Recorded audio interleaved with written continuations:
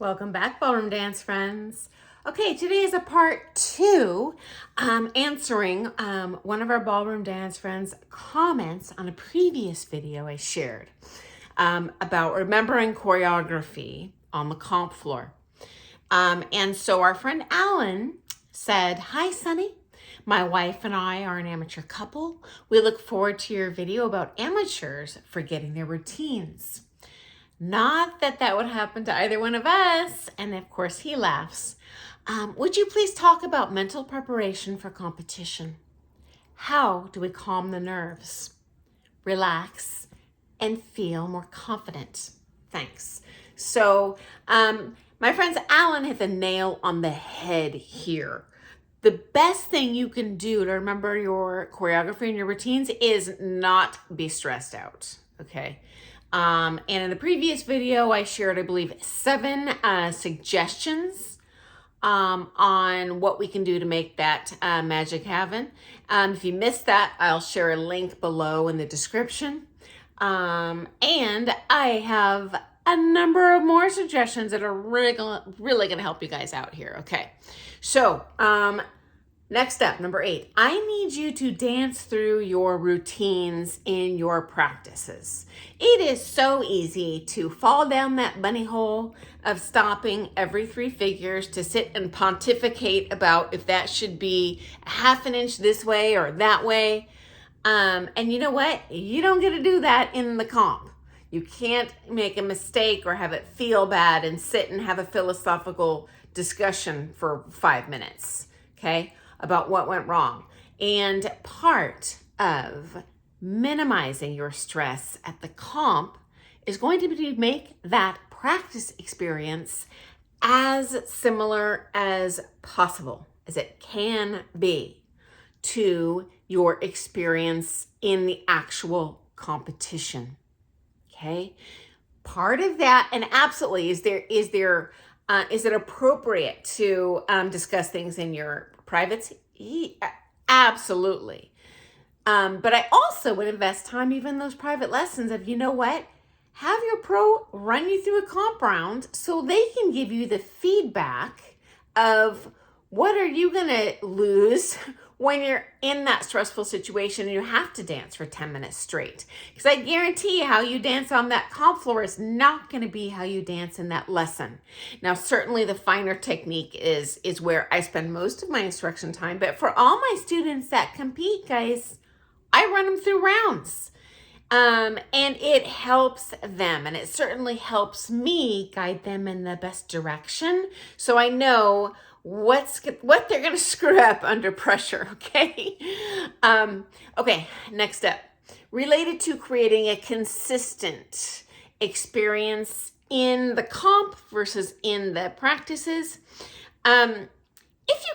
If you have a local floor that's the biggest one of all or most consistent with the floor size of that next upcoming competition, you know, it's worthwhile, despite however high the floor fees are, to go over there and run at least one practice with your routines on that larger floor, okay?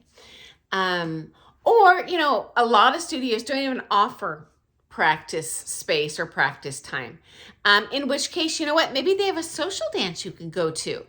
Now, obviously, you want to dance your routines courteously at that social dance, and you want to be a good dance citizen. So if you pay to go to the social dance, you know what, dance with some other people. Otherwise, you know, it is, in my opinion, poor form to show up and just, you know, fly by the tower and zoom through the crowd, ramrodding through your routines and ignoring everyone else. So honor the spirit of the social dance, but hey, take advantage. Dance your routines on that big floor, okay? Okay. Another suggestion. If your pro teaches more than one competitive student, which, you know, they might just teach you, but I suspect in most cases, you know, if they're a competent pro, they'll probably have more competitive couples.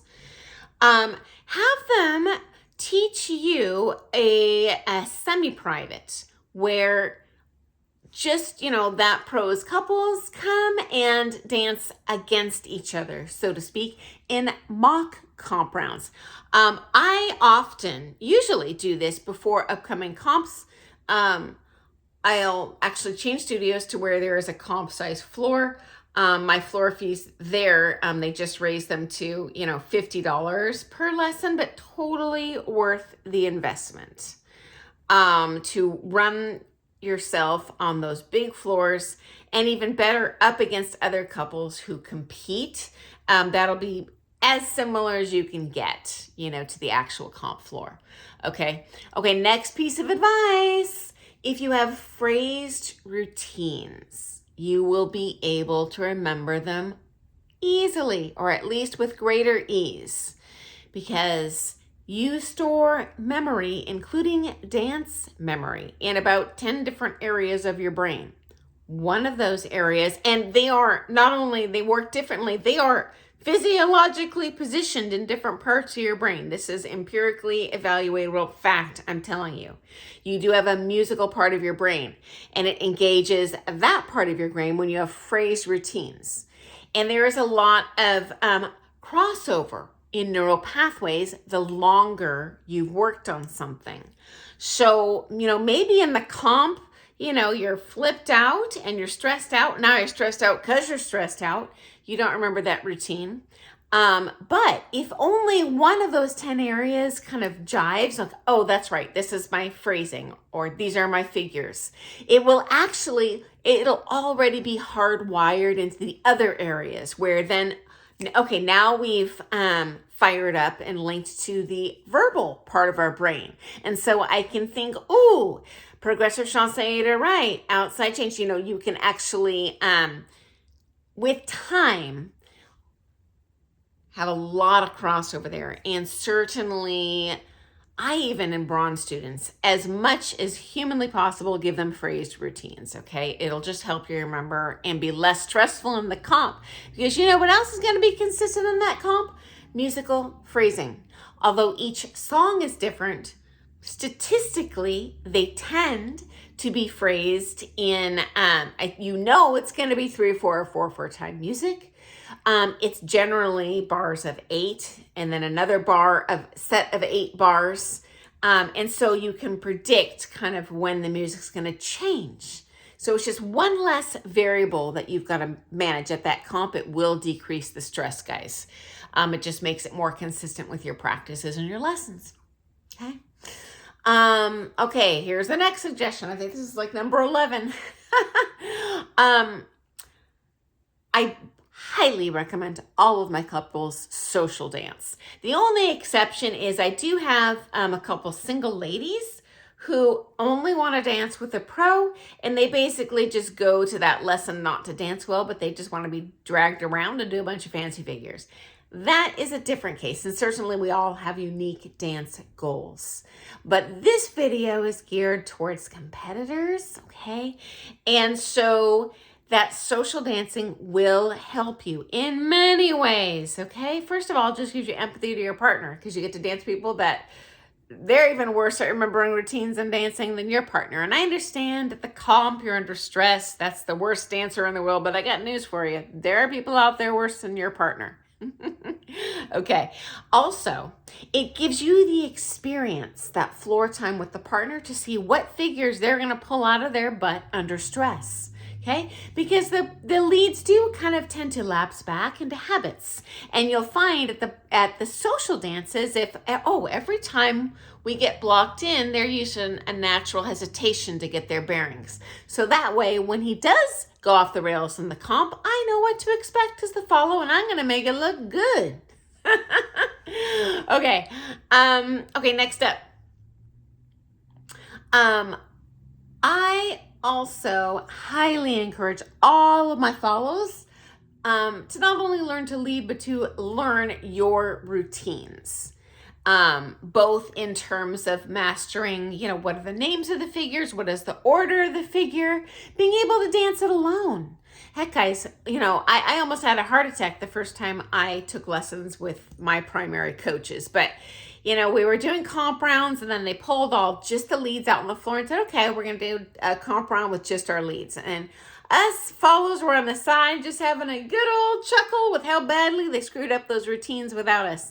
Well, I got news tonight, guys. I nearly wet my pants when they're like, okay, follows your turn. And we were like 10 times worse than the guys. And so although this was real embarrassing and humbling, it was super helpful to show us, we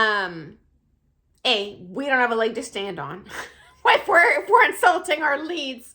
And number two, hey, I can actually not be a potted plant in this partnership. I can help him remembering the routines if I know them myself. So follows, do yourself a favor, do your partner a favor, learn your routines, okay?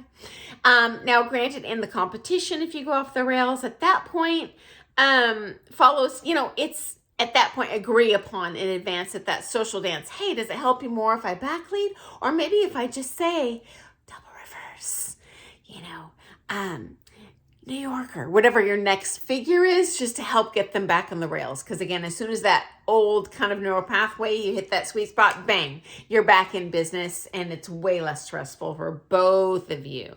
Okay, my next recommendation, go over your choreo in your mind outside of your practices, okay? That means if you're lying in bed, okay, just go through your routine in your head. Dance it imaginary in your head. That'll totally help you remember it.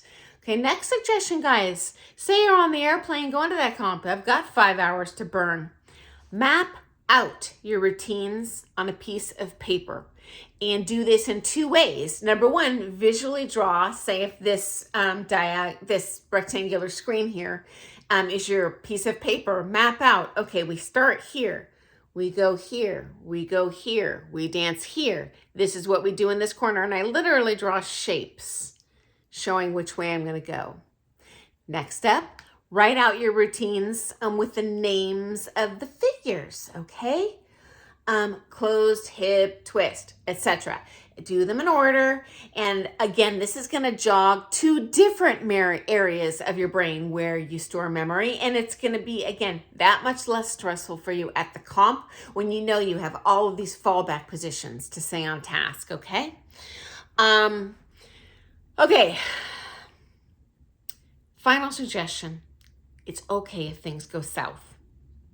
It's normal. Even happens to pros.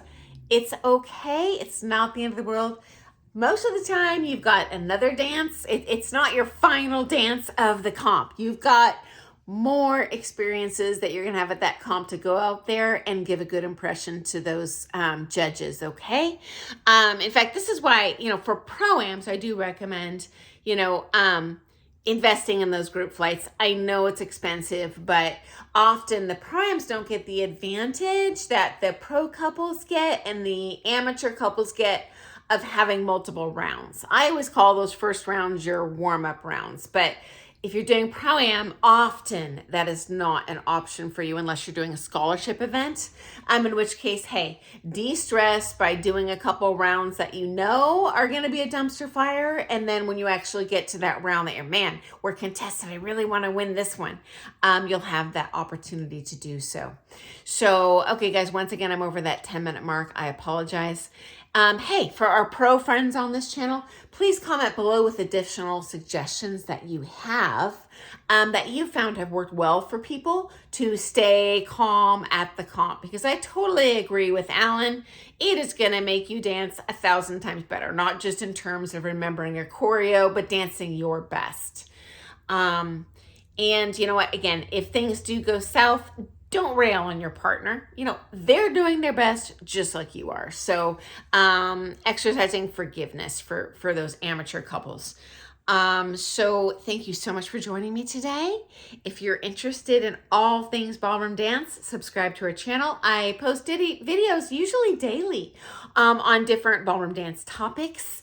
If you have a question, please shout it out in the comments. Makes my job so easy. I really only want to waste my time here focusing on things that you find to be helpful or, hey, at least entertaining.